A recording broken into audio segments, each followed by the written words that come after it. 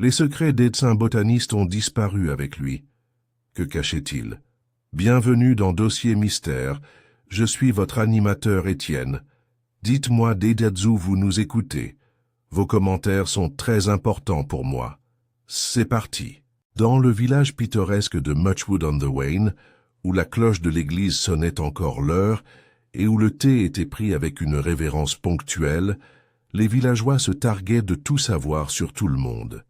C'était le genre d'endroit où l'on discutait longuement du chien d'un nouveau venu avant que le nouveau venu lui-même ne reçoive une invitation à l'Institut des femmes. C'est pourquoi, lorsque le docteur Alexander Winston Solitaire a accepté le poste de botaniste intérimaire à l'arboretum de Muchwood, la nouvelle s'est répandue dans le village comme un caillou tombé sur un étang tranquille. C'est l'ancien Domaine Bennett, vous savez, a fait remarquer Madame Louise Crawford à son amie autour de sandwichs aux concombres dans le jardin du presbytère. L'arboretum était dans un état de délabrement épouvantable, jusqu'à l'arrivée de ce type Winston, un homme tellement étrange, cependant. Il marmonnait toujours en latin et taille les orchidées comme s'il pratiquait une intervention chirurgicale. Il a verrouillé ses serres comme la tour de Londres, a ajouté le révérend Simmons en sirotant son thé. Et personne n'a vu l'intérieur depuis des mois. Plutôt inhospitalier, à mon avis. Miss Jane Marple, qui était assise tranquillement sous le buisson de lilas avec sa broderie, leva les yeux et sourit. « Oh, je suis sûre qu'il a ses raisons, » dit-elle doucement. « Les gens qui s'occupent de choses rares les gardent souvent très jalousement. Pourtant, on se demande ce qu'ils cultivent réellement derrière une vitre fermée. L'arboretum était la fierté du village à l'époque de Lady Bennett. Des orchidées exotiques, des plantes carnivores et une spectaculaire collection de roses victoriennes avaient autrefois fleuri en abondance. Mais après sa mort, les jardins s'étaient flétris à cause de la négligence, jusqu'à ce que la Muchwood Preservation Society obtienne un financement et fasse appel au Dr Winston. Le médecin lui-même était un curieux spécimen. Grand et légèrement voûté, il portait des gants de jardinage avec le dévouement d'un chirurgien enfilant une blouse.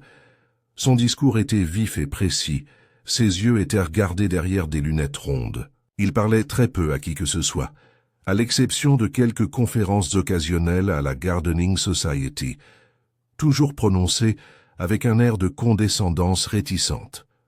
Ce printemps-là, la société avait organisé sa visite annuelle du printemps, un jour de mai où les portes de l'arboretum s'ouvraient au public. L'invitation de cette année avait suscité un enthousiasme inhabituel. Le docteur Winston, connu pour sa nature secrète, avait promis de dévoiler une nouvelle orchidée hybride, Dendrobium de l'Aube, qui ne ressemble à rien de ce qui a été vu en Europe. L'événement a commencé avec un gâteau au soleil et au citron. Les habitants de Muchwood sont arrivés en tenue du dimanche, parasols et chapeaux parsemant les pelouses émeraudes. Les enfants se poursuivaient entre les haies, le chœur chantait sous le sycomore. Miss Marple est arrivée à pied, portant son chapeau de paille habituel et une délicate broche florale en forme de violette. Mais le docteur Winston ne s'est pas présenté. Au début, c'était simplement curieux. Quelques sourcils se haussèrent et des murmures flottèrent autour du punch à la rhubarbe. Mais dès la deuxième heure, les murmures étaient devenus des murmures aigus. Une petite agitation a éclaté près de la véranda, où l'un des jardiniers, le jeune Malcolm, avait tenté de déverrouiller la serre principale pour découvrir qu'elle était scellée de l'intérieur. Il n'y a pas de réponse. A-t-il déclaré à la foule, les joues pâles? « Nous avons frappé et appelé. Il était là hier soir, il travaillait tard.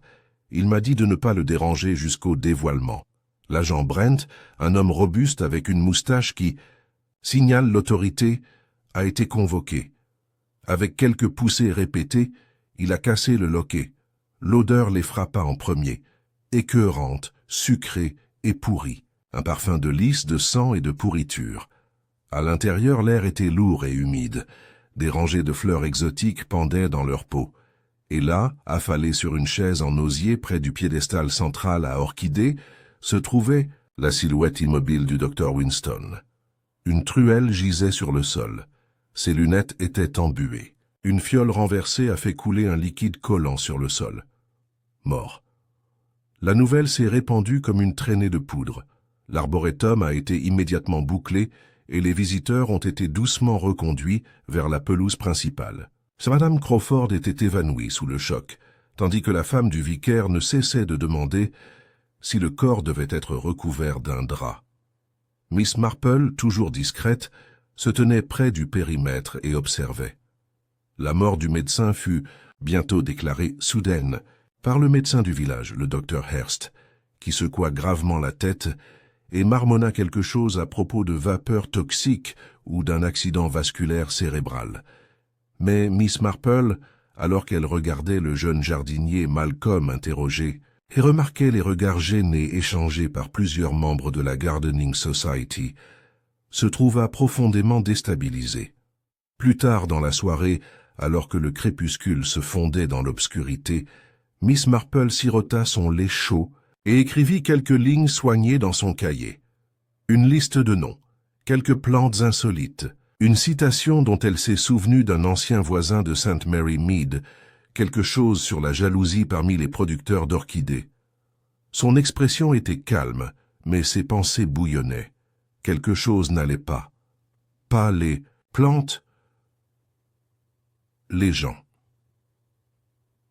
Le lendemain matin, l'enquête était programmée.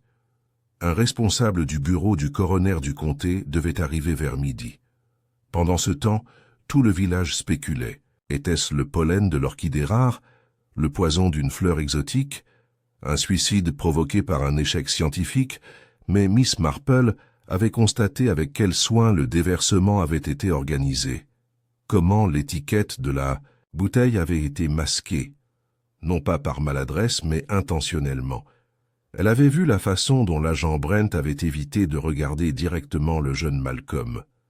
Et comment Madame Eves de la Preservation Society se tordait les mains à chaque mention de la réputation du Dr. Winston. Ce n'était pas seulement le silence du botaniste qui la troublait, c'était qu'il s'était tu trop tôt. Et Miss Marple, qui avait passé sa vie à s'occuper non pas des plantes, mais des mauvaises herbes enchevêtrées de la nature humaine, savait que quelque part parmi les parterres fleuris de l'arboretum, une racine plus profonde s'était implantée, un avec des épines. Le lendemain de la découverte du corps du docteur Winston dans la serre, Muchwood-on-the-Wain s'est réveillé sous un voile de brume épaisse et de ragots plus lourds. La cloche au-dessus de la boulangerie de Madame Ellison avait à peine sonné sa première sonnerie que ses habitués affluaient, pas tant pour du pain que pour des nouvelles. En l'espace d'une heure, la spéculation s'est répandue dans chaque pain. Il a été empoisonné, notez mes paroles, a déclaré M. Waller, l'instituteur à la retraite. Toutes ces plantes étrangères, des choses mortelles, elles le sont. Une bouffée et c'est fini.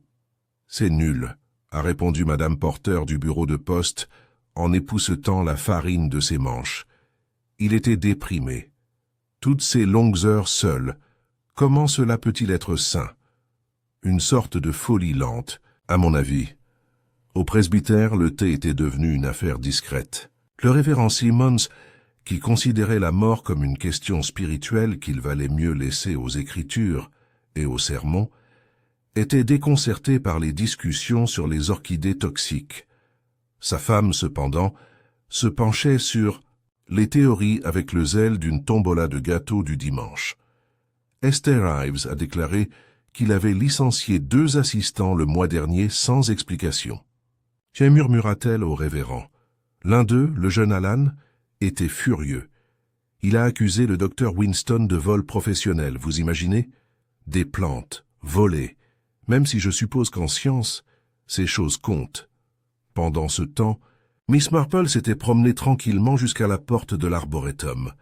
Sans surprise, il était verrouillé et surveillé par l'agent Brent, qui se tenait debout avec l'air légèrement troublé de quelqu'un conscient qu'il était plus observé qu'il n'observait. « Bonjour, constable », dit gentiment Miss Marple en s'appuyant sur sa canne. « C'est une si triste affaire, et par une si belle journée. »« Oui, madame, » répondit-il en bougeant. « Nous attendons le coroner de Brixley, Il devrait être là à midi.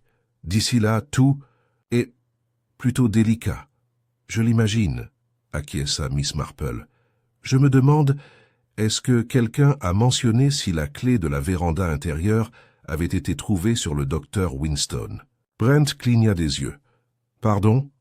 Oh, juste une petite curiosité. C'est quelque chose qu'un vieil ami m'a dit un jour. Le docteur Haydock. Vous vous en souvenez peut-être.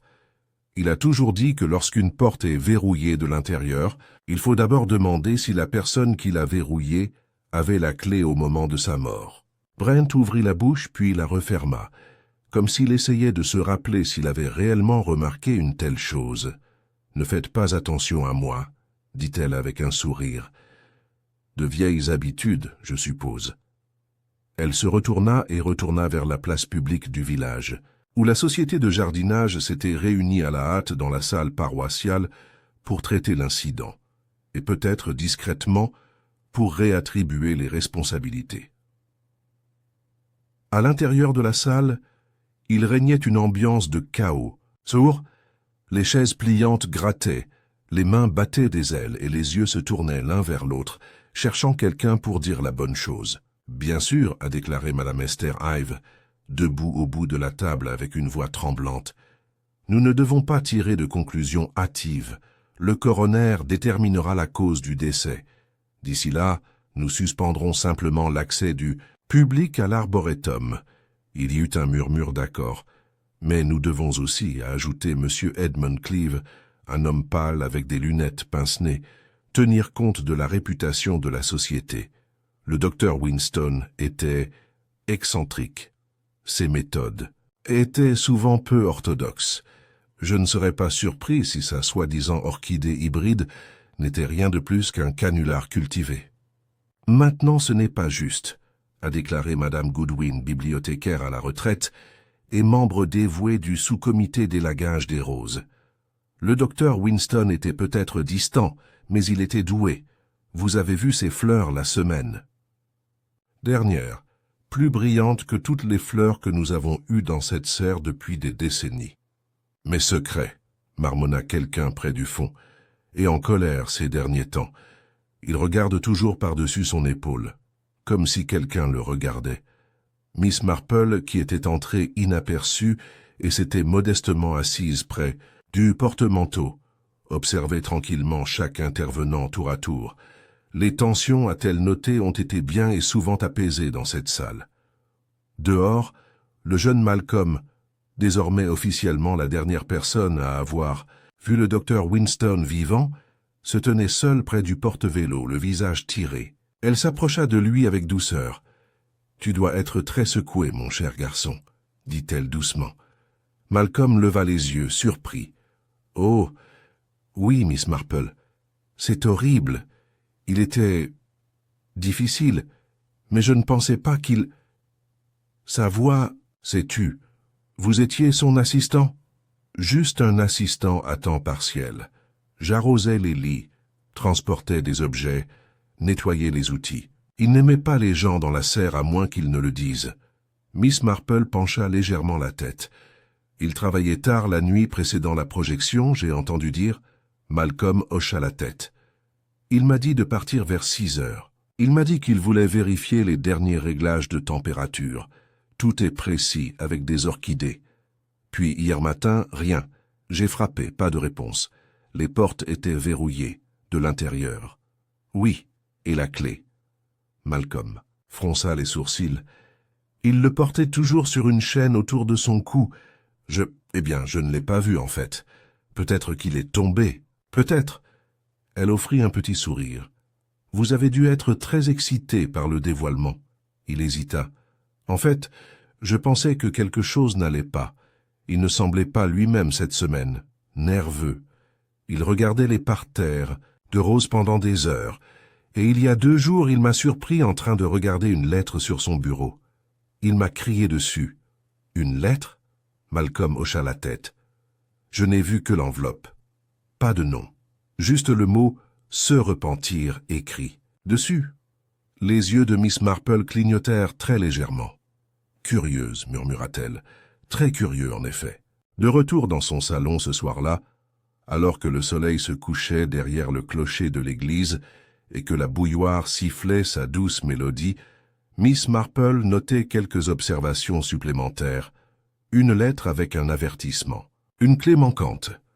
Un homme qui avait des ennemis, pas des amis. Et un jardin fleuri de secrets. Ses yeux dérivèrent vers une coupure qu'elle avait récupérée dans les dernières pages d'un vieux journal d'horticulture. Une histoire d'île. Il y a 5 ans décrivant un vol au Royal Botanic Institute.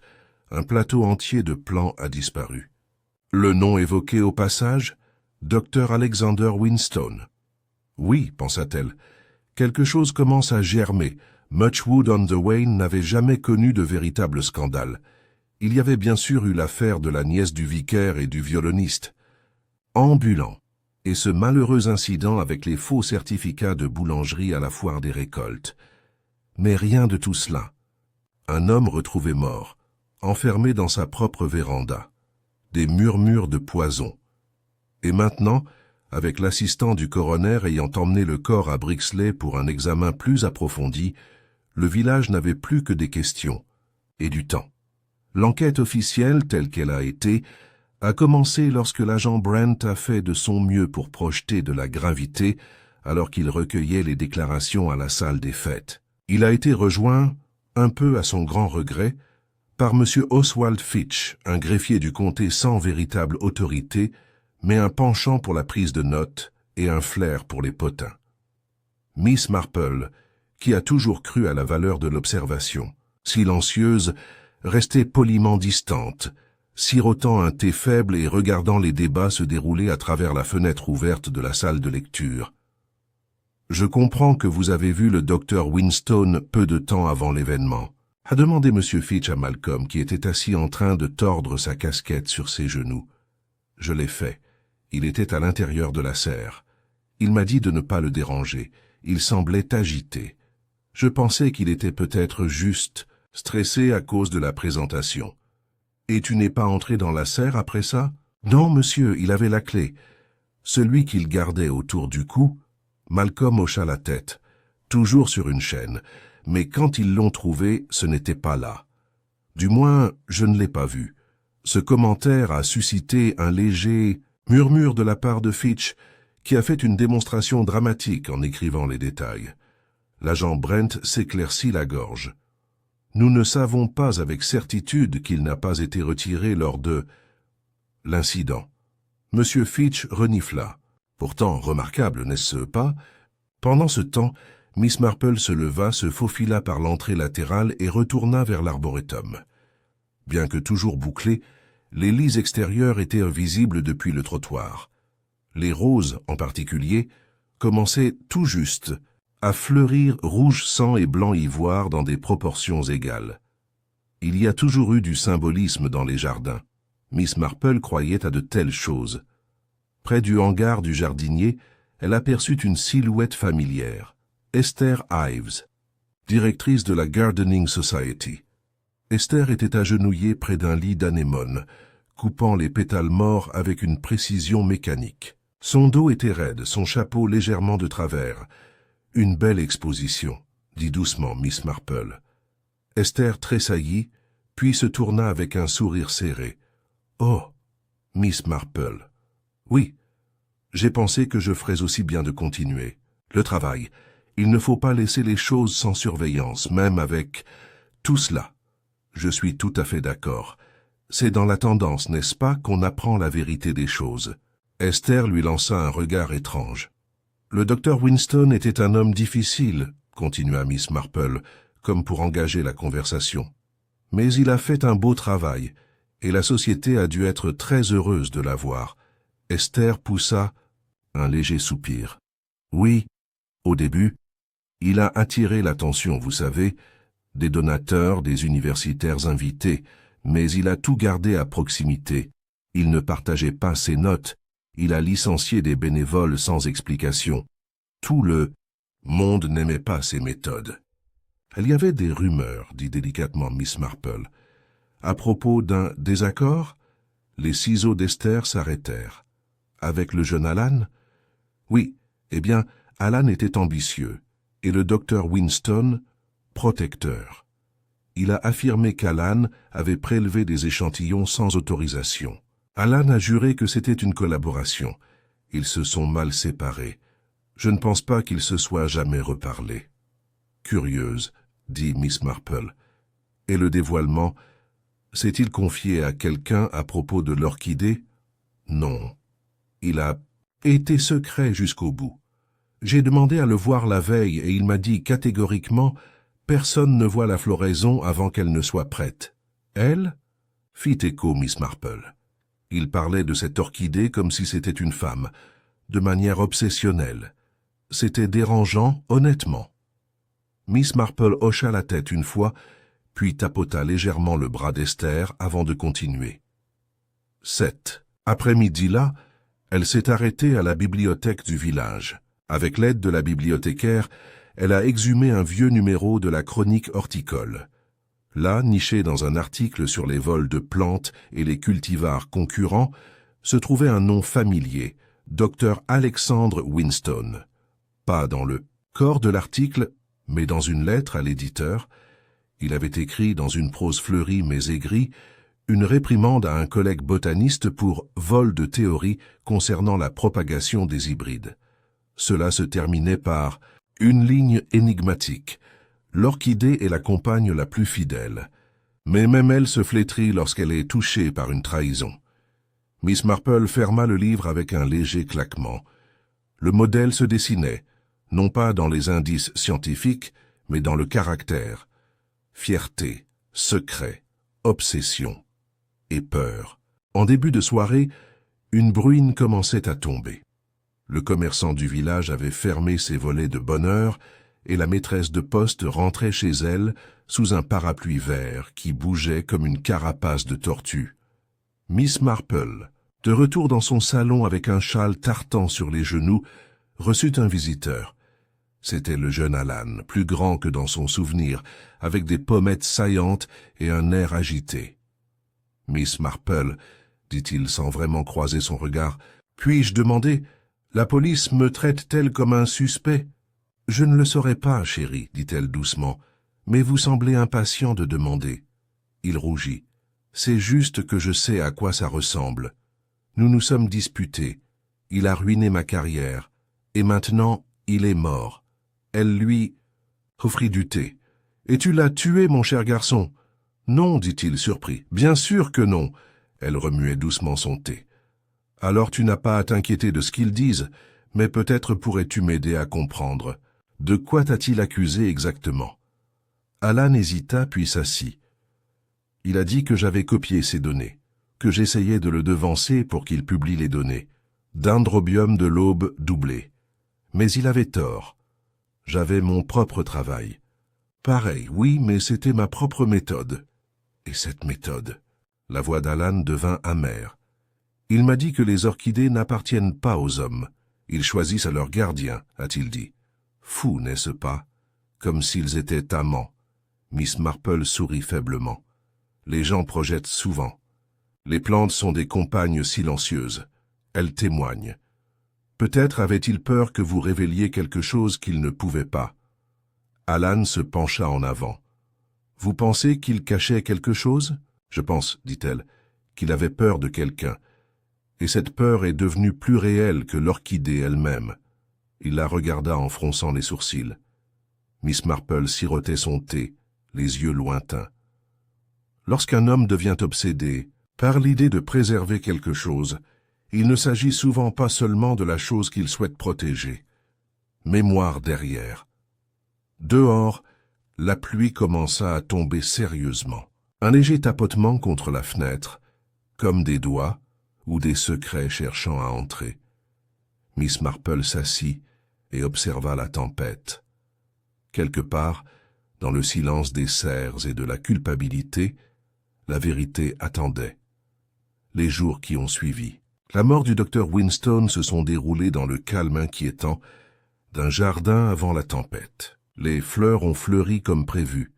Les oiseaux ont continué leur chant joyeux de l'aube, et les rythmes quotidiens du village ont continué. Mais sous la surface, la tension s'est tordue comme le lierre autour de la pierre. Le rapport initial Du coroner est arrivé de Brixley un mercredi après-midi, remis en main propre par un employé austère et discuté à voix basse à l'intérieur du bureau de poste avant d'atteindre le bureau du gendarme.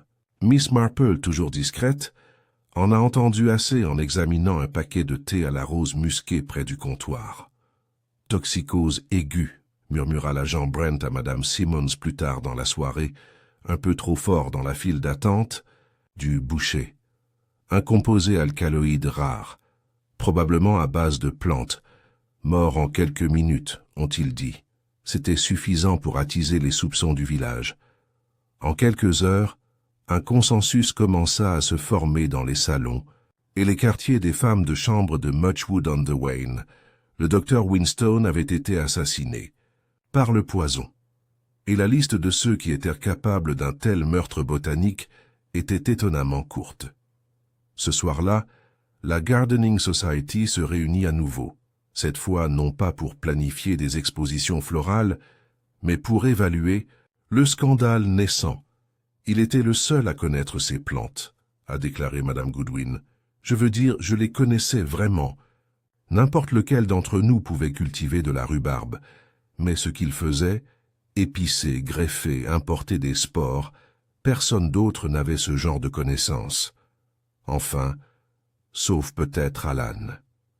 Tous les regards se tournèrent vers Alan, assis raide au bout de la table, les doigts crispés sur son cahier.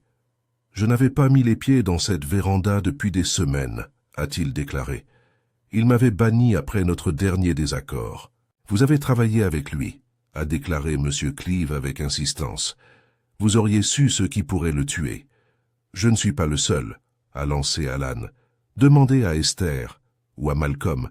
Ils ont passé beaucoup plus de temps à l'intérieur. »« Récemment que moi. » Esther Ives pâlit.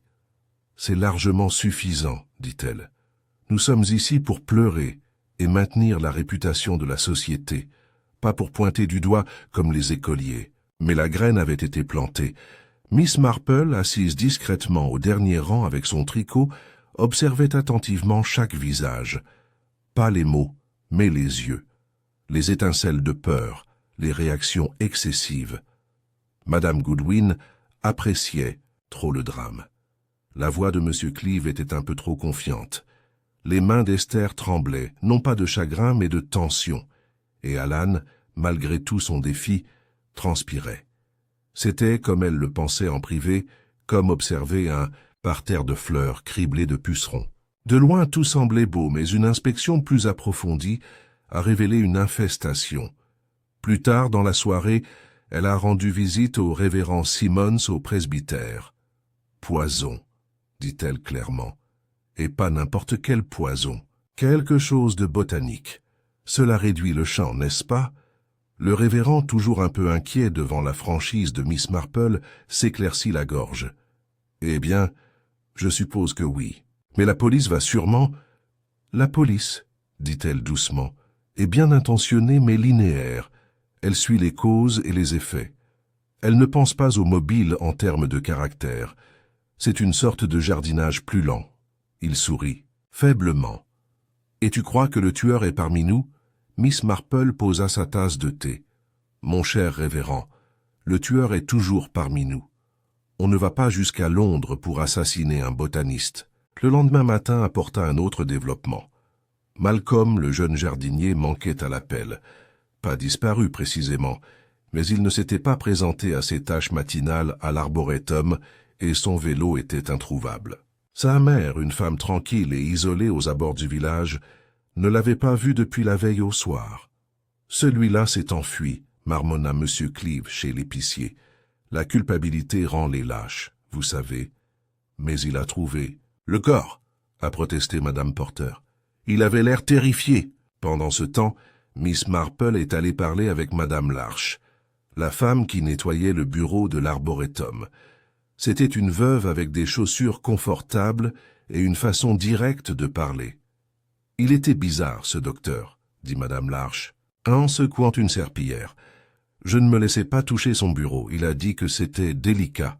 Mais une ou deux fois, je l'ai vu avec des papiers de la Royal Horticultural Society. Quelque chose à propos d'un brevet. »« Brevet ? a demandé Miss Marple. Pour l'orchidée, je pense. Beaucoup d'argent, dit-il. Il avait des lettres avec une entreprise en Hollande. Nom Fantaisie, lettres dorées sur l'enveloppe. Est-ce que quelqu'un d'autre était au courant? Madame Larche haussa les épaules. J'en doute. Il m'a à peine fait confiance pour polir les poignées de porte. Mais je l'ai vu une fois se disputer avec Miss Ives. Je pensais que je n'écoutais pas, mais elle était furieuse. Elle a dit quelque chose à propos de ça. Trahir la confiance de la société. Il lui a dit qu'elle le remercierait lorsque l'argent arriverait. Miss Marple restait immobile. Argent, reconnaissance, secret. C'était un motif nouveau et convaincant. Cet après-midi-là, alors que les nuages de pluie se dissipaient et que le soleil revenait avec une joie peu convaincante, Miss Marple retourna dans sa roseraie et réfléchit. 3 noms lui vinrent à l'esprit.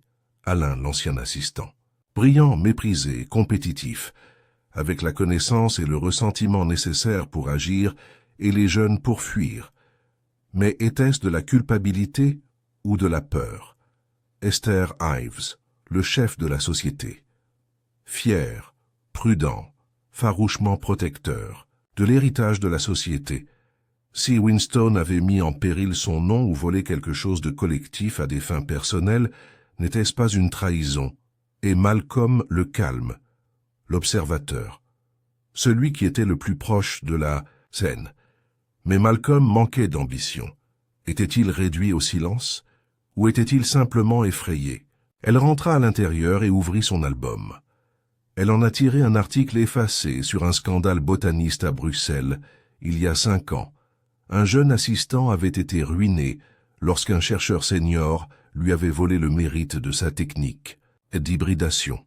Le chercheur, nul autre qu'Alexander Winston. Le schéma s'est répété.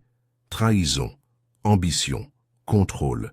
Elle se tourna vers la nécrologie du journal du matin, glissée dans les dernières pages.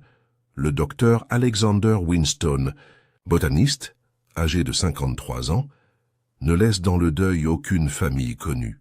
Connu par ses pairs pour son travail pionnier, mais controversé sur des espèces rares d'orchidées. En effet, controversé. Miss Marple plaça les coupures de presse à côté de son plateau à thé et les regarda.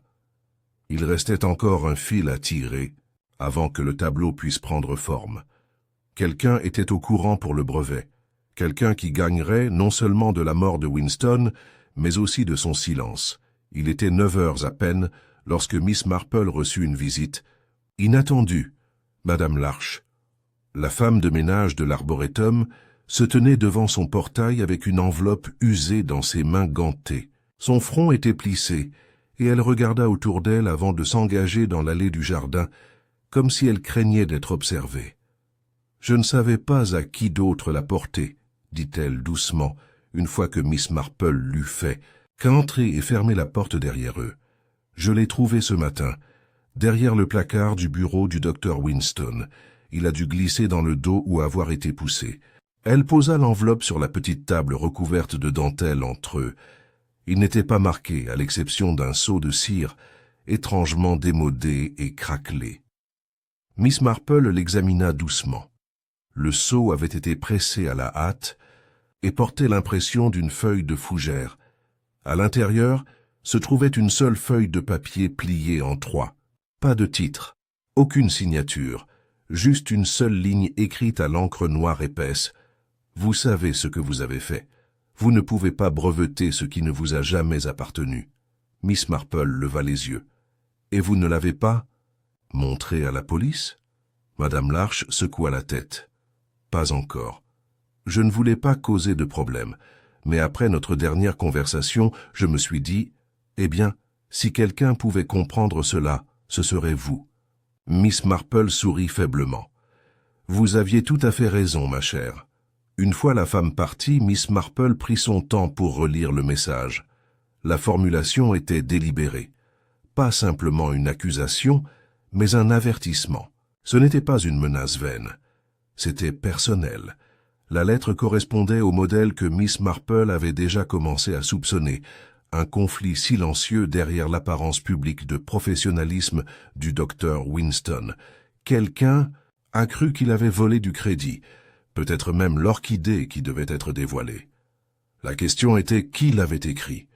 Le lendemain, avec un mot discrètement glissé dans son sac à main, Miss Marple visita les archives paroissiales, conservées dans une petite antichambre à côté du presbytère, alors que le public croyait qu'elle cherchait des détails sur la fondation de l'Arboretum.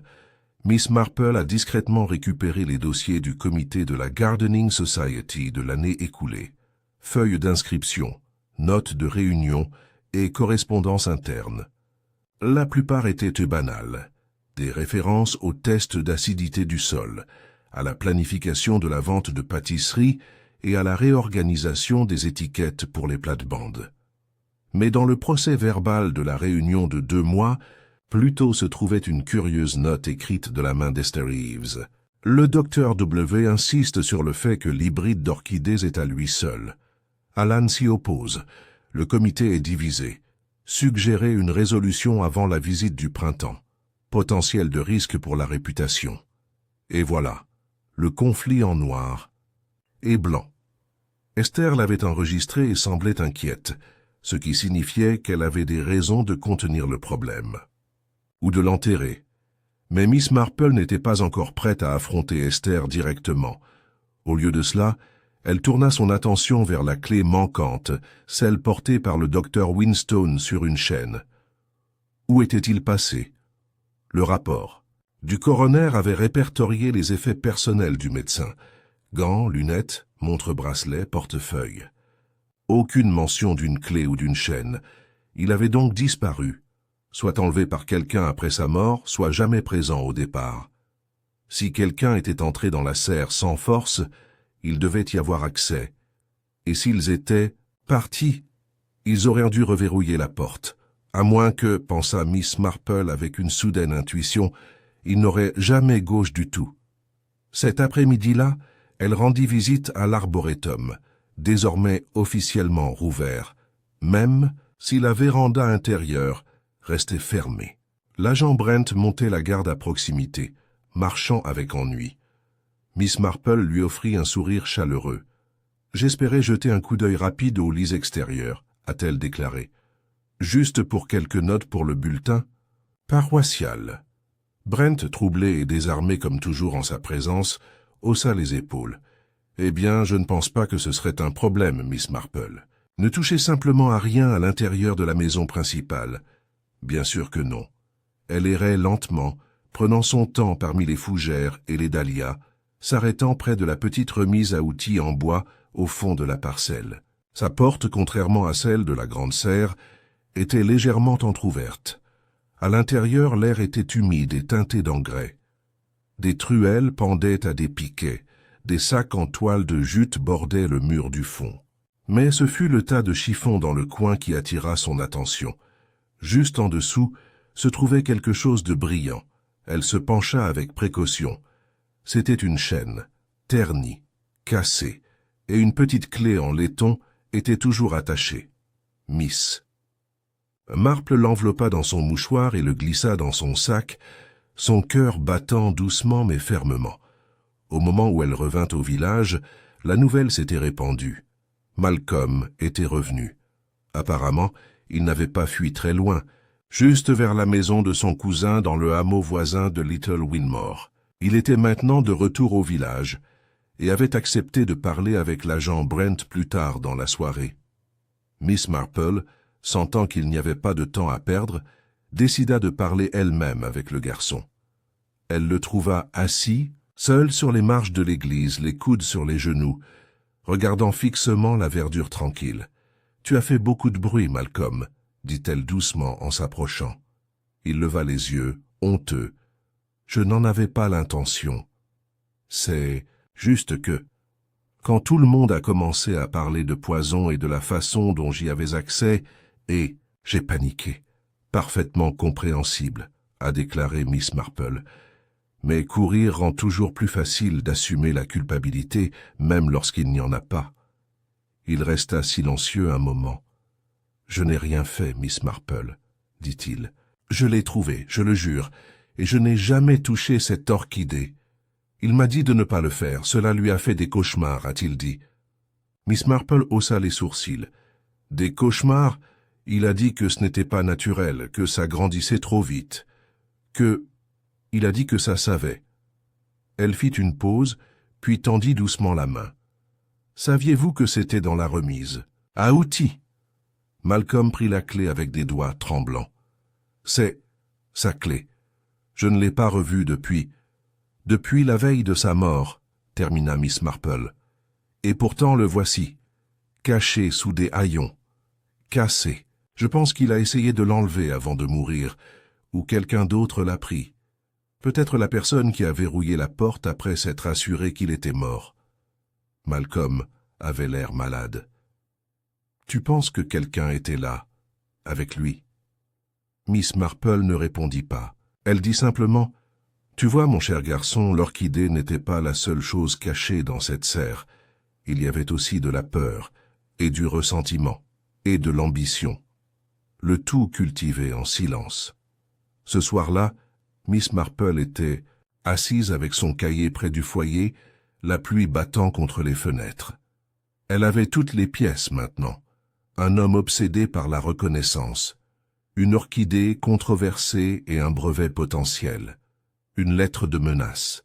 Une clé disparue, maintenant retrouvée. Un témoin trop effrayé pour parler. Et un tueur, elle en était sûre, qui se croyait introuvable. Mais l'indice, le véritable indice, n'était ni la clé, ni la lettre, ni le poison. C'était le peur. La façon dont elle se déplaçait à travers chaque suspect, comme la sève qui monte au printemps. Et demain, elle le testerait, tranquillement, soigneusement. Elle ferait ressortir la vérité, sans confrontation, mais avec la nature humaine. Le village de Muchwood-on-the-Wain n'était pas étranger au secret. En fait, il prospérait, poli et circulait comme de la vieille argenterie. Mais à la suite de la mort du docteur Winston, la saveur habituelle des ragots s'est aigrie. Les conversations étaient silencieuses. Les sourires cachaient de la suspicion derrière eux. Même les fleurs de l'arboretum semblaient moins désireuses de s'épanouir. Miss Marple, cependant, s'épanouissait avec une tranquille certitude. Sa visite à la remise à outils, la clé retrouvée et la confession de Malcolm sur les cauchemars du médecin avaient semé la dernière graine dont elle avait besoin. Restait à le voir fleurir. Elle commença comme toujours par du thé.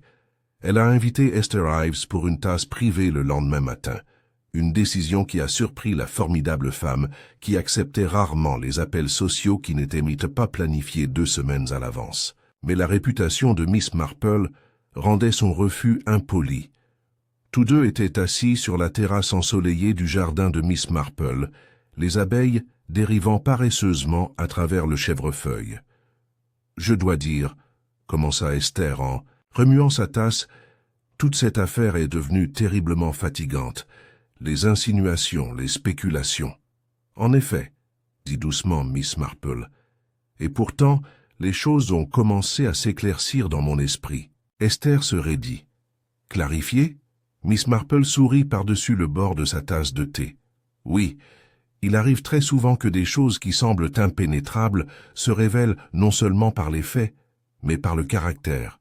Prenez le docteur. Winston, par exemple, un tel homme pour provoquer des sentiments compliqués. » Esther hésita.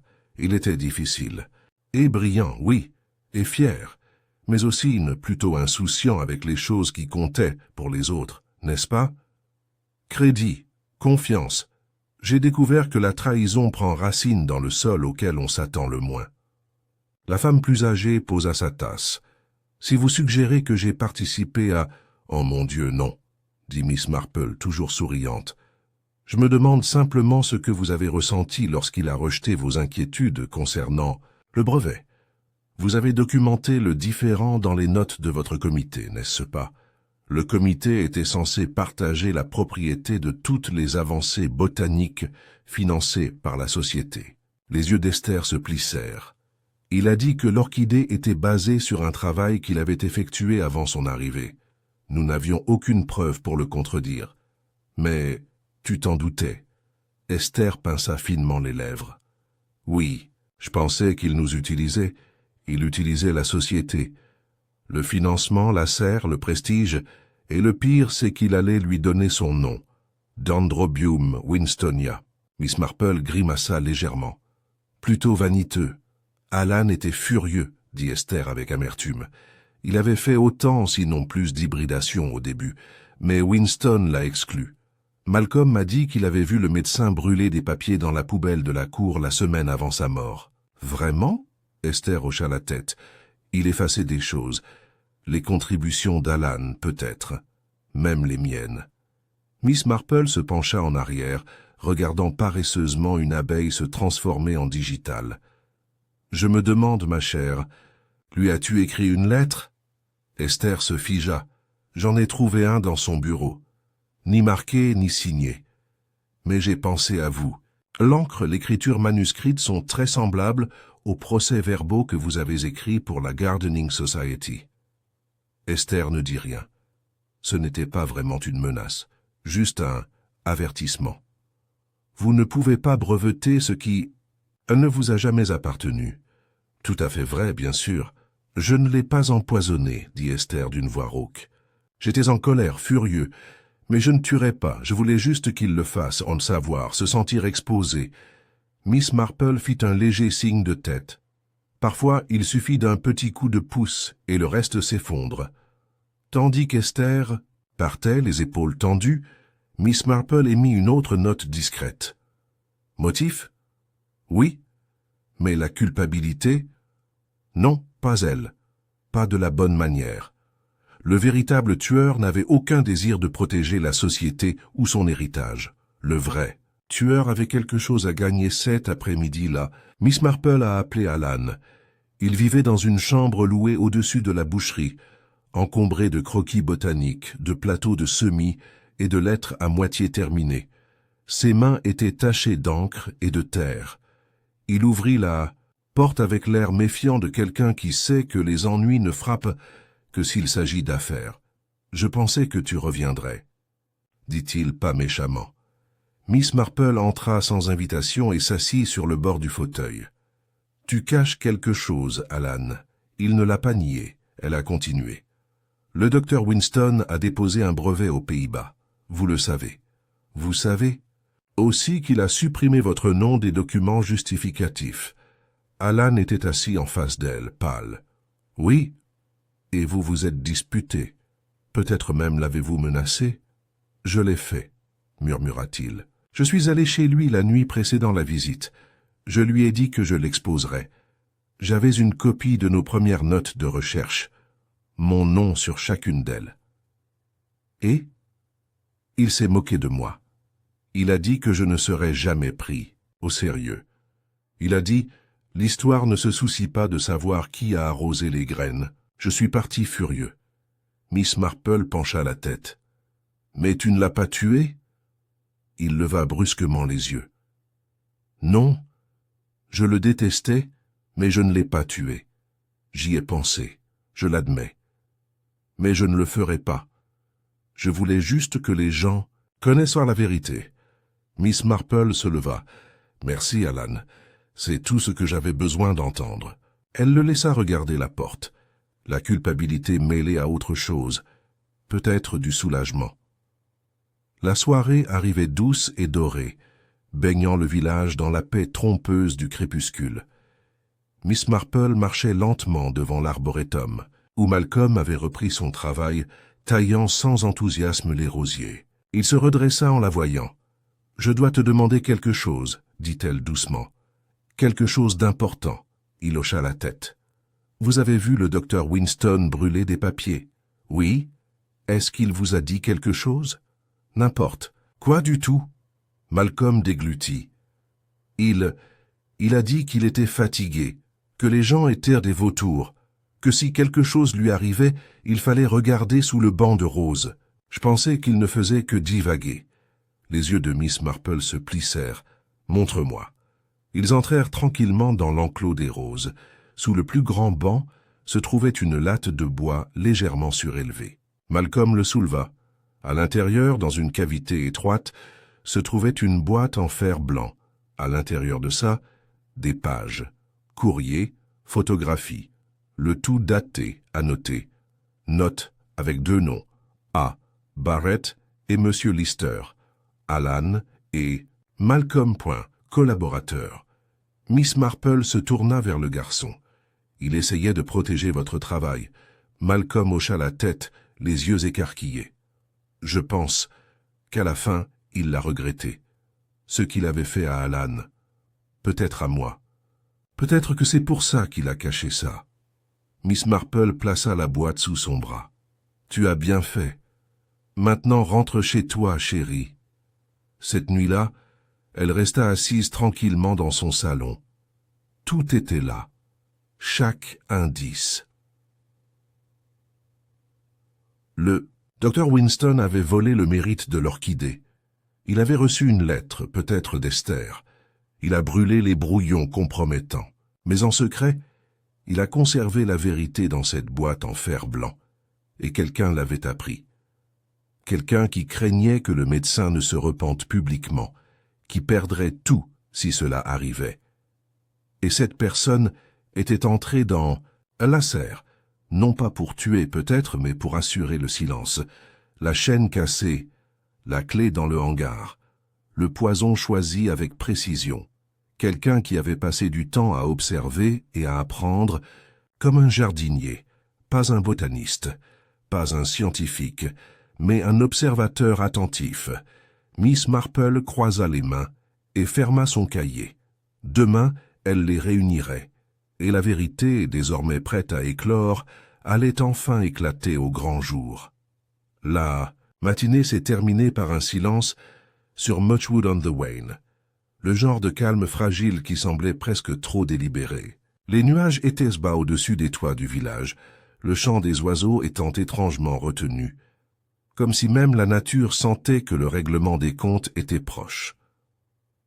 À 10 heures précises, Miss Marple a demandé une réunion à la salle paroissiale sous prétexte de discuter de l'avenir de l'arboretum et du rôle de la Gardening Society dans sa restauration. L'avis a été affiché avec la modestie caractéristique, manuscrit et épinglé sur le tableau d'affichage à côté de la boulangerie. Mais le village en savait plus. Vers 1h15, presque toutes les personnalités étaient rassemblées, dans la salle lambrissée, assises avec raideur sur des chaises pliantes.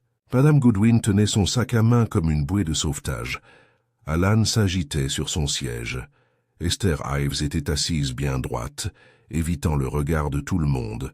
L'agent Brent se tenait maladroitement près de l'urne à thé, ne sachant pas s'il était présent en tant qu'officier ou simplement en tant que citoyen concerné.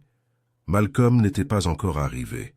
Miss Marple s'avança, tenant un modeste cahier dans ses mains gantées. Elle souriait avec la chaleur d'une grand-mère, mais rien ne manquait à ses yeux bleus. « Merci à tous d'être venus », a-t-elle commencé. « Avant de discuter des projets d'arboretum, je me demande si vous me permettrez de faire quelques observations. » Plusieurs têtes se tournèrent. « Vous voyez, a-t-elle poursuivi, au cours de notre deuil, quelque chose de vital est apparu. Nous n'avons pas seulement affaire à un décès. Nous avons affaire à un crime. Un meurtre, pour être exact. Quelques halètements flottèrent à travers la pièce comme des colombes effrayées. Maintenant, je ne suis pas la police, dit-elle, doucement hochant la tête vers l'agent Brent, qui s'éclaircit nerveusement la gorge. Mais j'ai eu la chance dans la vie d'observer la nature humaine avec une grande attention. Ce n'est pas la science médico-légale qui révèle un tueur, mais un mobile, un modèle et la peur. Alan se leva brusquement. « S'il s'agit de moi, » Miss Marple leva la main. « Non, monsieur Barrett. Même si j'admets que vous aviez de bonnes raisons d'être en colère, votre colère était, je crois, d'un type qui souhaitait toujours la justice et non la destruction. » Alan s'assit, la bouche serrée. Elle tourna son regard vers Esther. « Et vous, Miss Eves, vous avez écrit la lettre d'avertissement. Un effort désespéré, non pas pour blesser, mais pour rappeler. Vous ne souhaitiez pas sa mort. Vous souhaitiez seulement protéger ce qu'il avait menacé de ternir. » Esther ferma les yeux un instant, mais ne dit rien. Miss Marple fit un pas en avant. Il y a cependant quelqu'un parmi nous qui a bénéficié le plus directement de la mort du docteur Winstone. Quelqu'un qui, bien que silencieux et facilement ignoré, savait où le médecin gardait sa clé, connaissait le fonctionnement de la serre et surtout connaissait la boîte en fer blanc. Un silence stupéfait suivit. La voix de Miss Marple s'adoucit, et c'est avec une grande tristesse que je dois nommer cette personne, Malcolm Lister. La pièce éclata en murmures surpris. Madame Goodwin a laissé tomber son sac à main. « Malcolm ?» Esther haleta. « Mais ce n'est qu'un garçon, » dit Alan d'une voix rauque. Miss Marple hocha lentement la tête. « Oui, juste un garçon. Un garçon, calme et intelligent. Celui qui passait plus de temps dans la serre que quiconque. Celui en qui on avait confiance. Celui qui se fondait dans le décor. Et c'est précisément pour cela qu'il est passé inaperçu. » Les portes du hall s'ouvrirent en grinçant. Toutes les têtes se tournèrent lorsque Malcolm entra pâle et mouillé par la pluie, les yeux écarquillés, tandis qu'il observait la salle rassemblée. Miss Marple s'avança vers lui avec compassion. « Vous n'aviez pas l'intention de le tuer, n'est-ce pas ?» La bouche de Malcolm s'ouvrit puis se referma. Les larmes lui montèrent aux yeux. « Il allait vous dénoncer, » continua doucement Miss Marple. « Vous aviez pris des notes, esquissé ses méthodes. Vous prépariez à soumettre votre propre hybride, pour approbation en indiquant votre nom en premier. Vous avez même pris contact vous-même avec la société néerlandaise, n'est-ce pas ?» Il hocha lentement la tête. « Il l'a découvert, » dit-elle. Et il n'était pas en colère. Il était plein de regrets, peut-être même gentil. C'est pourquoi il a caché la boîte sous le banc, pour préserver ce que vous et Alan aviez fait. « Je ne savais pas, » murmura Malcolm. « Je pensais qu'il allait tout détruire. Je pensais qu'il m'exclurait comme Alan. Je voulais juste le protéger. Ma part dans tout ça ?» La voix de Miss Marple était calme. « Alors vous vous êtes glissé dans la serre ce soir-là. Vous avez utilisé les connaissances qu'il vous a enseignées. Vous saviez quelle plante produirait la toxine. Vous avez attendu qu'il se concentre sur l'orchidée. Puis vous en avez ajouté juste assez dans son flacon. » Malcolm pleurait maintenant ouvertement. « Je pensais que ça le rendrait malade. Donnez-moi du temps. Je ne savais pas que ça le tuerait si vite. Et après, dit-elle, vous avez paniqué. Vous avez pris la clé. Vous avez essayé de verrouiller la porte pour faire croire à un suicide. Mais la chaîne s'est cassée. Vous avez caché la clé dans le hangar.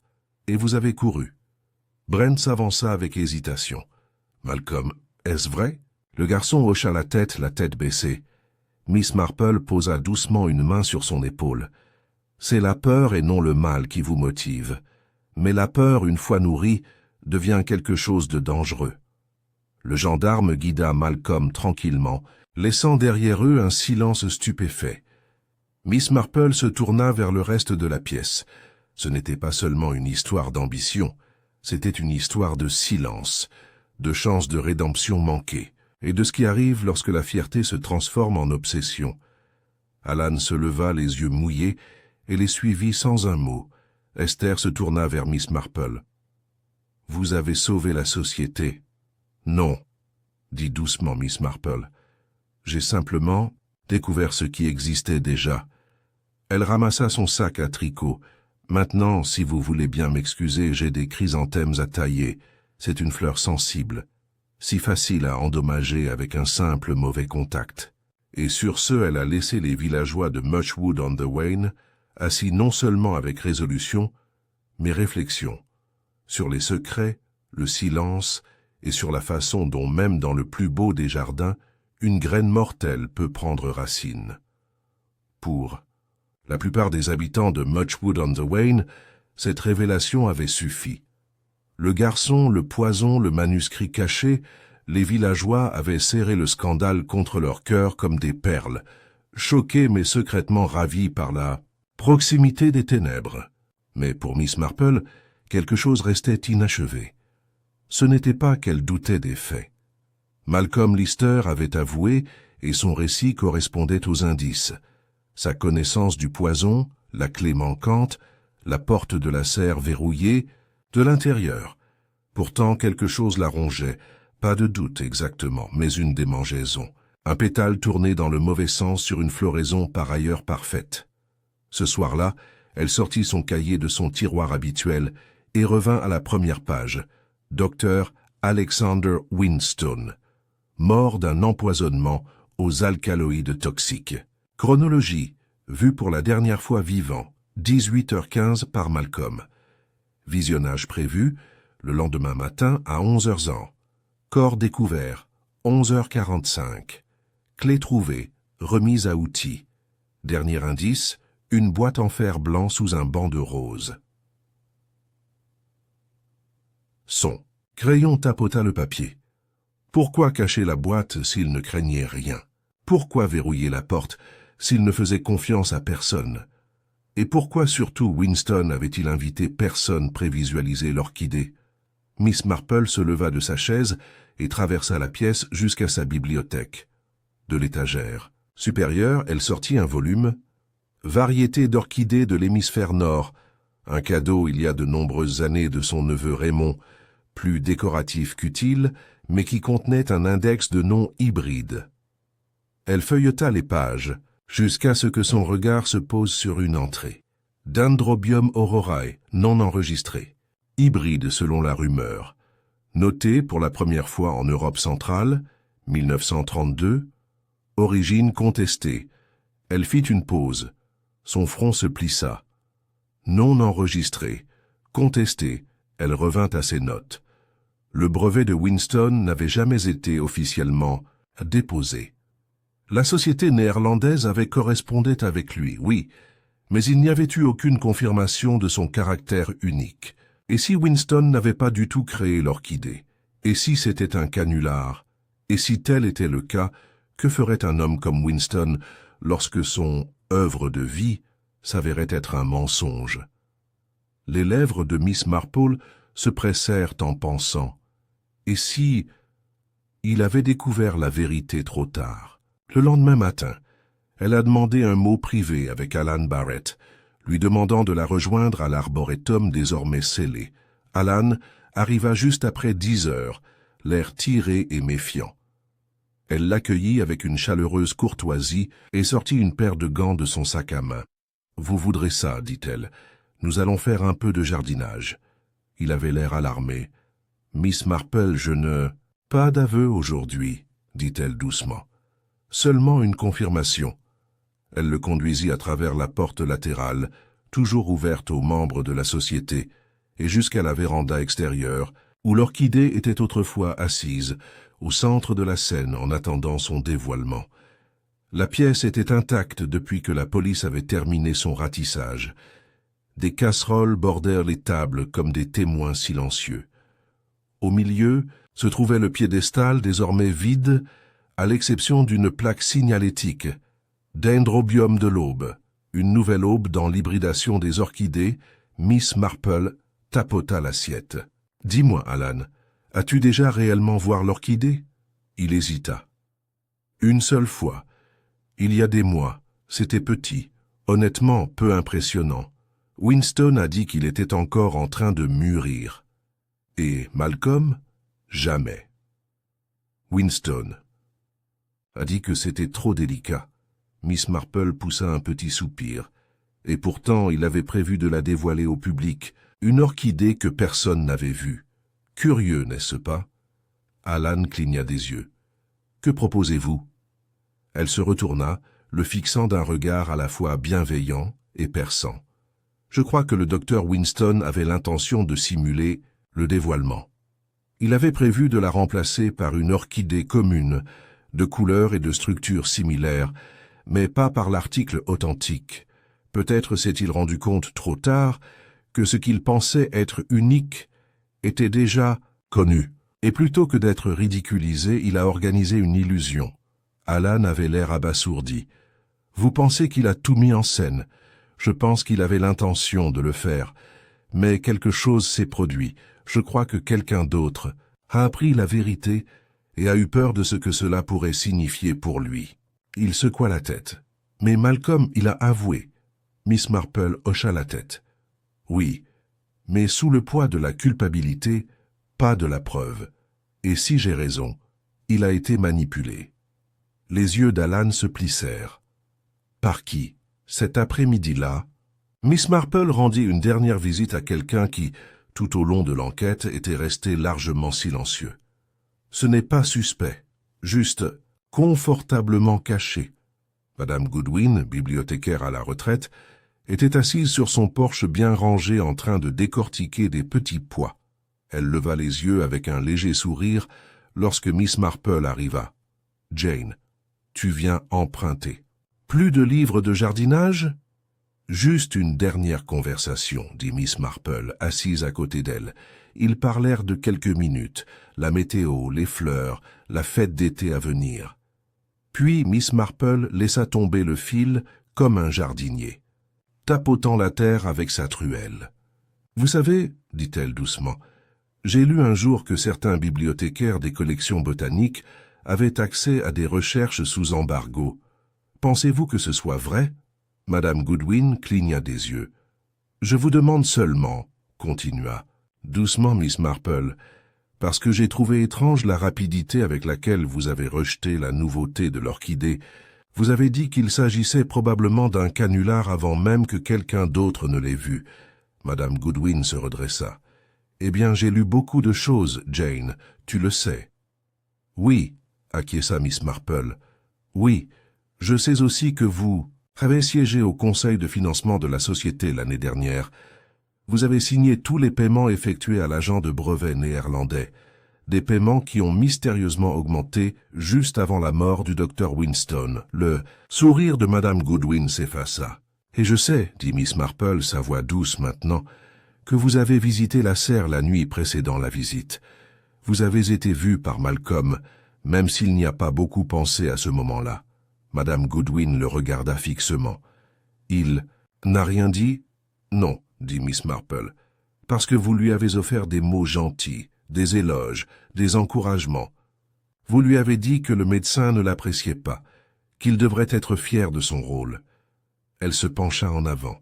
« Tu lui en as dit juste assez pour laisser fleurir la culpabilité. Et puis tu as attendu. » Les mains de Madame Goodwin tombèrent sur ses genoux. Son visage était illisible. Il allait retirer l'orchidée de l'événement, dit-elle enfin. Il savait que cela ne valait rien. Il aurait annulé la présentation. Et avec cela, notre financement, notre réputation, notre nom. Alors vous avez veillé à ce qu'il ne puisse pas le faire, a déclaré Miss Marple. Je ne l'ai pas empoisonné, dit-elle rapidement. Je voulais seulement lui faire peur. J'ai laissé la lettre. J'ai pris l'orchidée. Je pensais que s'il n'avait rien à montrer, l'embarras le ferait fuir. Mais il n'a pas annulé, a déclaré Miss Marple. Il a choisi de faire semblant. Et puis, Madame Goodwin ferma les yeux. J'ai trouvé la boîte, celle sous le banc. J'ai lu ce qu'il avait écrit. Il allait nommer Alan et Malcolm comme co-créateurs. Il allait tout défaire. Et cela, dit tristement Miss Marple, c'était inacceptable. Madame Goodwin regardait son jardin. Il n'a pas bu le poison tout de suite. Je pense qu'il a hésité. Mais une fois que cela a été fait, j'ai paniqué. J'ai fait douter Malcolm de lui-même. Juste quelques mots. Les bons. Miss Marple se leva. Les mots, dit-elle doucement, sont les outils les plus dangereux de tous lorsqu'ils sont semés, dans un sol empoisonné. Ce soir-là, l'agent Brent est venu chercher Madame Goodwin, désormais silencieuse et résignée. Alan et Malcolm étaient informés. Malcolm abasourdi, Alan creux avec une sorte de justification qui ne ressemblait pas à une victoire. Miss Marple, de nouveau seule dans son salon, ferma enfin son cahier pour de bon. L'orchidée était fanée, mais la vérité avait fleuri. Et pendant toutes ces années parmi les villageois et les rosiers, Jane Marple n'avait jamais douté que le mal ne criait pas toujours. Parfois, il murmurait dans la voix de gentilles dames, derrière des tasses de thé et des pelouses bien rangées. Même pour un village aussi habitué au chuchotement que Muchwood-on-the-Wain, la révélation de l'implication de Madame Goodwin a provoqué une onde de choc dans les haies. Qu'elle ait manipulé le récit, qu'elle ait permis à un garçon vulnérable de supporter le poids d'un crime, qu'elle ait discrètement orchestré la chute d'un homme déjà au bord de la ruine, était quelque chose à laquelle personne ne s'attendait. Après tout, l'ancien bibliothécaire était l'image même de la décence. Aux cheveux gris et polis, un habitué de la chorale de l'église, exécuteur de la vente annuelle de livres. Mais Miss Marple, qui avait vu des vies se dégrader à cause de la moindre habitude, comprenait que le danger se présentait souvent sous des formes discrètes. Tout comme certains poisons n'avaient ni goût ni odeur, certains meurtriers n'avaient à leurs yeux aucune méchanceté, seulement un but. Et maintenant, avec Madame Goodwin en détention et Malcolm disculpé, le village tourna son regard, collectif vers Miss Marple. Les hochements de tête polis étaient un peu plus profonds, les sourires un peu plus impressionnés. Elle, pour sa part, a accepté l'affection renouvelée avec humilité, se retirant dans son jardin pour réfléchir plutôt que pour célébrer. Mais il restait encore une étape à franchir. Ce n'était pas suffisant pour résoudre un meurtre. Pas pour Miss Marple. Une véritable résolution nécessitait une clôture, et la clôture ne survenait que lorsque chacun comprenait le pourquoi ainsi que le OMS. Elle organisa donc une dernière réunion à la salle paroissiale. Pas d'annonce dramatique cette fois. Aucune invitation publique. Seule une poignée d'entre eux étaient présents. Alan, Malcolm, Esther Ives, le révérend Simmons et l'agent Brent. Ils se rassemblèrent en demi-cercle autour de Miss Marple, qui se tenait près de la table, avec un papier plié et la boîte en fer blanc qui avait tout déclenché. « Je vous ai demandé ici, commença-t-elle, non pas rouvrir les blessures, mais les recoudre correctement. Il y a eu trop de silence, et je crains que sans une clarté finale, il ne persiste comme de la moisissure dans une pièce fermée à clé. » Ils hochèrent la tête, maîtrisés. Miss Marple désigna la boîte en fer blanc. C'était l'acte de contrition du docteur Winston. Il contenait des lettres, des brouillons, des photographies, preuve qu'il n'avait pas agi seul dans la création. De l'orchidée. Il avait l'intention d'inclure Alan et Malcolm dans le crédit. Il allait présenter la vérité lors du dévoilement. Malcolm baissa les yeux sur ses mains. « Je ne savais pas, je pensais... » « Vous pensiez qu'il vous supprimait, dit doucement Miss Marple. Et cette croyance vous a rendu vulnérable aux suggestions, quelques mots gentils de la part d'une personne. De confiance, un avertissement selon lequel il pourrait effacer votre travail, et tout à coup chaque action que vous avez entreprise, chaque choix, vous a donné l'impression que cela aurait pu être votre propre idée. C'était Madame Goodwin, a déclaré Alan. Elle l'a encouragé à y aller dans le dos de Winston. Elle lui a dit qu'il avait du potentiel. Miss Marple hocha la tête. Et elle t'a dit, Alan, que Winston ne partagerait jamais le mérite, que ton travail était volé. Elle avait de bonnes intentions, dit lentement Alan. Je pense, elle était juste contrôlante. Possessive, corrigea doucement Miss Marple. Pas de personne, mais d'héritage. Elle considérait l'orchidée non pas comme une science ou une beauté, mais comme un accomplissement, quelque chose dont il fallait se souvenir. Et quand le plan de Winston a changé, quand il a décidé de vous donner tous les deux la vedette, elle a paniqué, parce que cela signifiait que son rôle diminuait. Ses efforts ont été oubliés. Le révérend Simmons s'éclaircit la gorge. « Mais elle ne l'a pas empoisonné ?»« Non, » confirma Miss Marple. Le poison était de sa faute. Il y a eu un changement collectif dans la salle. Tous les regards étaient fixés sur elle. « Join, dit-elle. Le docteur Winston s'est suicidé, pas par désespoir, mais par honte. » Elle déplia le papier qu'elle tenait à la main. « C'est une note, dit-elle, datée de la veille du dévoilement, jamais envoyée, adressée à la société. » Elle commença à lire à haute voix. À qui cela peut concerner, je me suis trompé plus que je ne vous ai trompé. L'orchidée n'est pas ce que j'ai prétendu. Il s'agit d'un faux hybride, introuvable, non documenté uniquement, parce qu'il n'a jamais été suffisamment important pour mériter d'être remarqué. Mes collègues, Alan Barrett et Malcolm Lister, ont fait plus pour gagner du crédit que moi pour le mériter. J'avais l'intention d'exploiter leurs efforts. C'est ma honte, mais j'ai fait une dernière chose. J'ai veillé à ce que leur nom soit mémorisé. Ce qui se passe après, je le laisse à la nature. UN. Winston, Il y eut un silence lorsqu'elle fut finie. Les yeux de Malcolm étaient vitreux. Il voulait arranger les choses. « Oui, » dit Miss Marple, « et c'est pourquoi il a planté la boîte en fer blanc sous les roses, un geste symbolique. Les roses sont robustes, fiables. Contrairement à l'orchidée, délicate, trompeuse, sa confession a été plantée sous quelque chose de réel. » Esther Ives a pris la parole pour la première fois. « Alors, Madame Goodwin a mal calculé. Elle l'a fait, » a déclaré Miss Marple. Elle pensait qu'il s'enfuirait, que si elle exerçait suffisamment de pression par l'intermédiaire de Malcolm à travers les attentes de la société, il s'effondrerait et s'enfuirait. Mais Winston l'a surprise. Au lieu de s'enfuir, il a choisi d'y mettre fin. L'agent Brent s'est gratté la tête. Alors il s'est empoisonné et a verrouillé la porte derrière lui? Non, répondit Miss Marple. Il a bu le poison. Puis, dans ces derniers instants, il a tenté de verrouiller la porte, mais la chaîne s'est cassée. La clé n'a jamais été censée être cachée.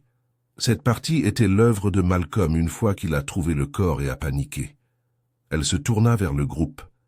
La tragédie ne réside pas seulement dans la mort, elle réside dans la façon dont la peur se propage comme la pourriture, transformant la culpabilité en silence, le silence en mauvaise direction.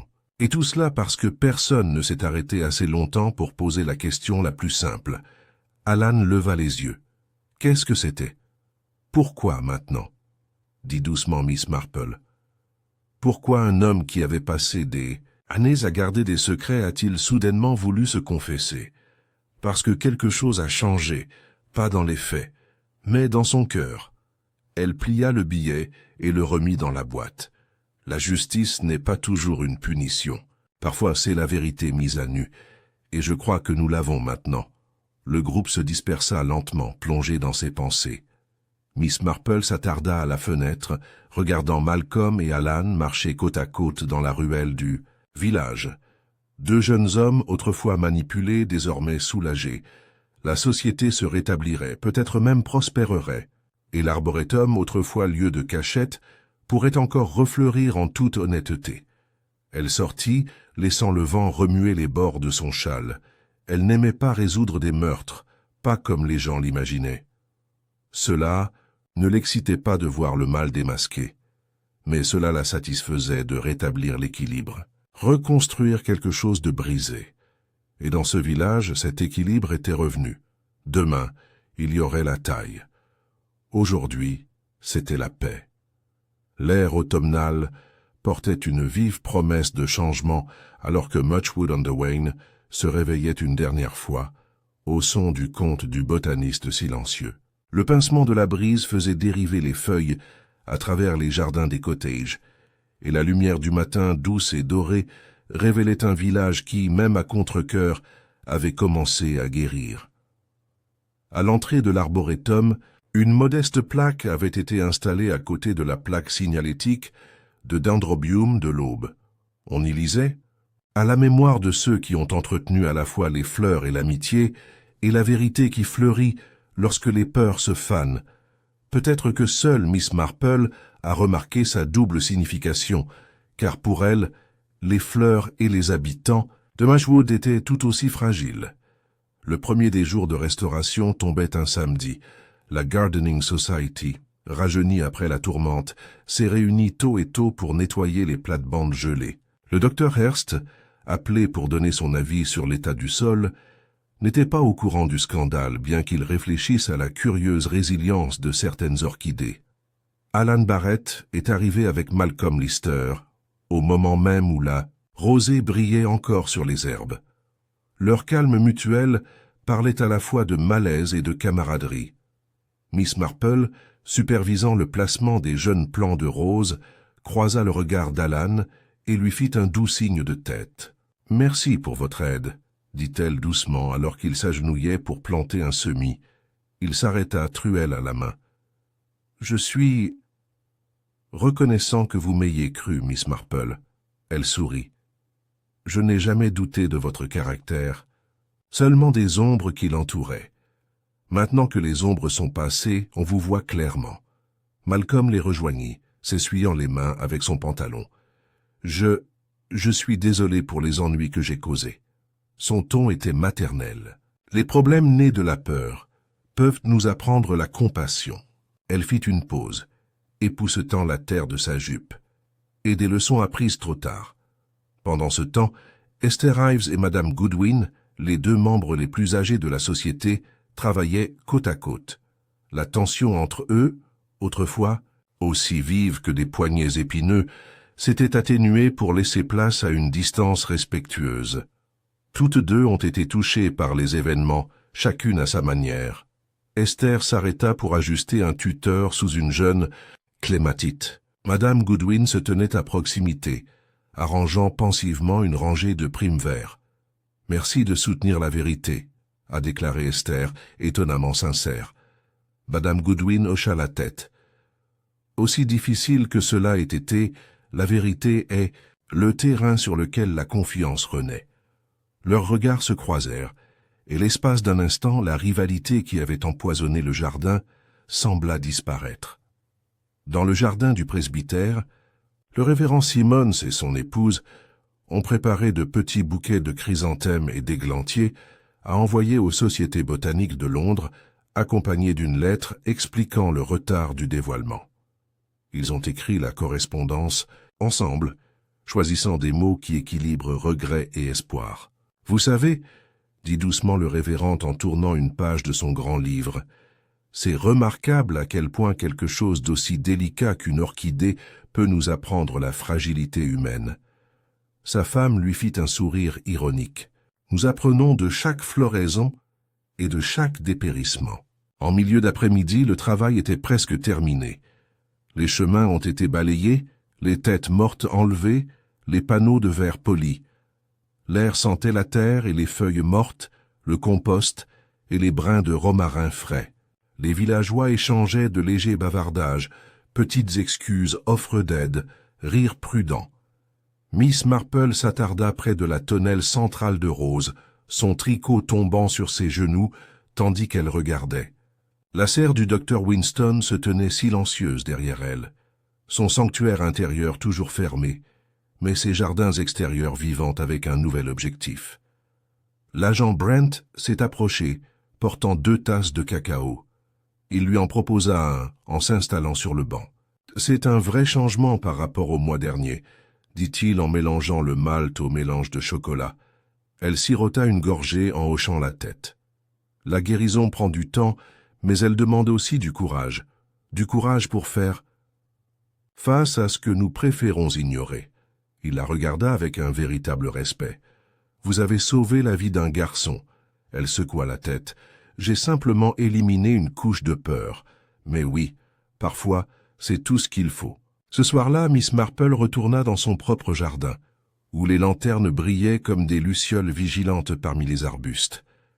Elle s'arrêta devant le portail, redressa son châle et inspira profondément. À l'intérieur, son salon était chaleureux avec un parfum de pommes épicées et de cannelle.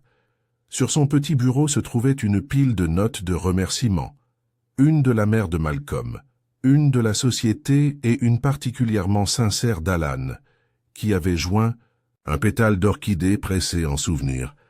Elle rangea les notes, puis récupéra son propre stylo. À la lueur d'une lampe, elle a écrit une brève lettre au coroner du comté, clarifiant les événements et joignant les aveux non envoyés du docteur Winston. Elle plia le papier et le scella, la cire chaude du bout de ses doigts. La lettre étant prête pour le courrier du matin, elle s'installa dans son fauteuil préféré près du feu. Son tricot gisait abandonné à ses côtés, chaque pointe étant un petit souvenir de jours plus calmes. Dehors, la lune se levait en pleine, argentant les haies et les murs de pierre. Une brise faisait bruisser les feuilles d'automne sous de doux applaudissements. Comme si la nature elle-même approuvait l'équilibre retrouvé, Miss Marple regarda un moment, puis souffla la bougie sur son bureau et se leva. Elle ferma doucement la porte du salon derrière elle et monta les escaliers jusqu'au lit. Alors qu'elle éteignait sa lampe de chevet, sa dernière pensée fut au piédestal vide de l'orchidée, symbole d'honnêteté, plutôt que d'illusions. De la même manière, les ressources autrefois consacrées à la tromperie avaient refleuri en détermination communautaire. Et dans le silence qui précède le sommeil, Jane Marple, une jardinière d'âme, a trouvé satisfaction dans un mystère résolu, sûre de savoir que chaque jardin, qu'il soit constitué de plantes ou de personnes, doit parfois se débarrasser de ses feuilles mortes avant qu'une nouvelle vie puisse prospérer. L'aube d'un nouveau jour se leva doucement sur Muchwood-on-the-Wain, comme si la nature elle-même souhaitait honorer le tranquille rétablissement de l'équilibre qui avait enfin pris racine. La cloche de l'église sonnait doucement à 6 heures, et une fine brume planait au-dessus de l'herbe couverte de rosée. Au cœur du village, les portes de l'arboretum étaient de nouveau ouvertes, sa serre intérieure désormais sous surveillance attentive, mais à nouveau libre du regard et de l'imagination des visiteurs. Miss Marple, impeccable dans son manteau gris sourd et avec un brin de lavande à son revers, est arrivée tôt. Dans sa main gantée, elle portait un petit pot en argile dans lequel fleurissait un minuscule plant de prime vert commune, humble mais résistant. Elle s'arrêta sur le seuil, inspira l'air frais du matin et s'accorda un instant de réflexion. Aujourd'hui, ce n'était pas seulement la réouverture des jardins botaniques. C'était le dernier chapitre d'une histoire d'ambition, de tromperie et, finalement, de rédemption, un début partagé. Rassemblés devant le piédestal qui montrait autrefois le légendaire dendrobium de l'Aube, la Gardening Society, les autorités du village et une poignée de curieux étaient dans l'attente. Le révérend Simmons a offert une courte prière de dédicace, remerciant la Providence de les avoir guidés à travers les jours sombres vers la lumière. Miss Marple s'avança, sa présence imposant un silence respectueux. « Amis, commença-t-elle d'une voix calme et claire, nous admirons depuis longtemps la beauté pour ce qu'elle est, mais nous avons également appris à chérir la vérité pour ce qu'elle fait. L'orchidée qui vous a été promise n'a jamais fleuri au-delà d'un seul rêve, une illusion née de la fierté. Pourtant, grâce à son histoire, nous sommes devenus plus forts, plus gentils, plus conscients des graines que nous plantons dans le cœur des autres. » Elle posa la prime vert sur le piédestal central, ses pétales jaunes brillant sur le sol de la serre. Que cette prime vert soit désormais notre symbole, humble mais déterminé, petit mais plein de vie. Une vague de doux applaudissements a suivi alors qu'elle se tournait vers les membres de la société. Monsieur Barrett, Miss Ives, Madame Goodwin et le jeune Monsieur Lister. Chacun de vous a traversé des épreuves qui ont mis son caractère à l'épreuve. Votre volonté d'admettre ses erreurs, de pardonner et de reconstruire ensemble est ce qui définira véritablement l'héritage de cette société, les chemins vers le pardon. Alan Barrett, désormais nommé co-responsable aux côtés de Malcolm Lister, s'est présenté. Ses yeux, autrefois assombris par l'amertume, brillaient désormais d'une détermination pleine d'espoir. « Je me tiens devant vous avec gratitude, » dit-il d'une voix ferme. « Je suis reconnaissant à Miss Marple d'avoir cru en moi, à Malcolm pour son honnêteté, et même à ceux dont les erreurs m'ont poussé à remettre en question tout ce que je pensais savoir. En science, comme dans la vie, nous apprenons plus de l'échec que du seul triomphe. » Malcolm Lister, à côté de lui, ajouta doucement « Je suis désolé pour la peur que j'ai provoquée et pour les secrets que j'ai gardés trop longtemps. Aujourd'hui, je m'engage à entretenir ces jardins et ma propre conscience avec transparence et soin. » Les villageois hochèrent la tête, beaucoup essuyant leurs yeux embrumés devant la sincérité des paroles des jeunes hommes. Esther Ives, présidente de la société, s'est ensuite adressée à l'Assemblée. Nous établirons une nouvelle politique de paternité partagée pour tous les futurs efforts botaniques, en veillant à ce que le mérite soit accordé là où il est dû. Et nous parrainerons des apprentissages pour les jeunes horticulteurs afin qu'aucune graine d'innovation ne doive se faner en silence. Leçon du cœur. Madame Goodwin, dont la culpabilité avait lourdement pesé sur ses traits doux, s'approcha en dernier. Les applaudissements qu'elle a reçus ont été hésitants au début, mais sont devenus sincères au fur et à mesure qu'elle parlait. Je pensais protéger notre société par tous les moyens nécessaires. a-t-elle avoué. Mais je vois maintenant que protéger la confiance n'est pas une question de contrôle mais de compassion. Je demande votre pardon et j'offre le mien à ceux que j'ai blessés. Sa tête était haute, et à ce moment-là, les villageois n'ont pas vu un méchant, mais une femme qui avait trébuché et ont choisi le chemin le plus difficile de la confession. Les adieux tranquilles de Miss Marple. À la fin de la cérémonie, Miss Marple s'est éclipsée dans la roseraie voisine. Les autres se dispersèrent pour admirer les fleurs, mais elle s'arrêta au bord d'un parterre de primes verts nouvellement plantés. Le révérend Simmons l'a trouvé là-bas. « Merci, Jane, dit-il doucement, pour nous avoir guidés. » Elle sourit doucement. « Nous, jardiniers, rappelons simplement à la nature ce qu'elle sait. Vous avez tous fait le reste. » Il a levé son chapeau et est retourné à la réunion. Miss Marple s'agenouilla pour ajuster le sol autour d'une jeune tige, comme pour s'occuper d'une possibilité fragile. Elle pensa aux aveux du docteur Winston dans la boîte en fer blanc, à la fierté qu'il avait poussée au désespoir et au courage qu'il fallait pour se confesser, ne serait-ce qu'à l'encre et en mots scellés. Puis elle pensa au village, comment il s'était rallié, avait appris et grandi. Une réflexion finale. Plus tard dans l'après-midi, Miss Marple rentra, chez elle, sous un dais de feuilles dorées. À sa porte, elle s'arrêta pour observer 2 moineaux voleter autour de ses roses. Des créatures simples, prospères dans un monde qu'elle avait contribué à stabiliser. À l'intérieur, elle a placé son pot en argile sur le rebord de la fenêtre, là où le soleil réchaufferait la primevère. Sur son bureau se trouvait son cahier, désormais terminé. Elle traça une dernière ligne sous sa dernière entrée. Dans chaque jardin, les ombres trouvent leur chemin. Mais lorsqu'elle est entretenue avec honnêteté, chaque racine peut chercher la lumière. Elle ferma le livre et le mit de côté. Les détours de la peur et des erreurs de jugement avaient presque empoisonné ce coin tranquille de l'Angleterre. Pourtant, en fin de compte, c'est l'amour pour la vérité, pour la communauté, pour le fragile miracle de la croissance qui s'est épanoui le plus pleinement. Miss Marple dégrafa son châle et prépara son thé du soir, contente de savoir que ce mystère avait atteint sa juste conclusion. Dehors, la prime-vert attendait, son visage brillant tourné vers le soleil déclinant, témoignage silencieux de la résilience des fleurs et des cœurs.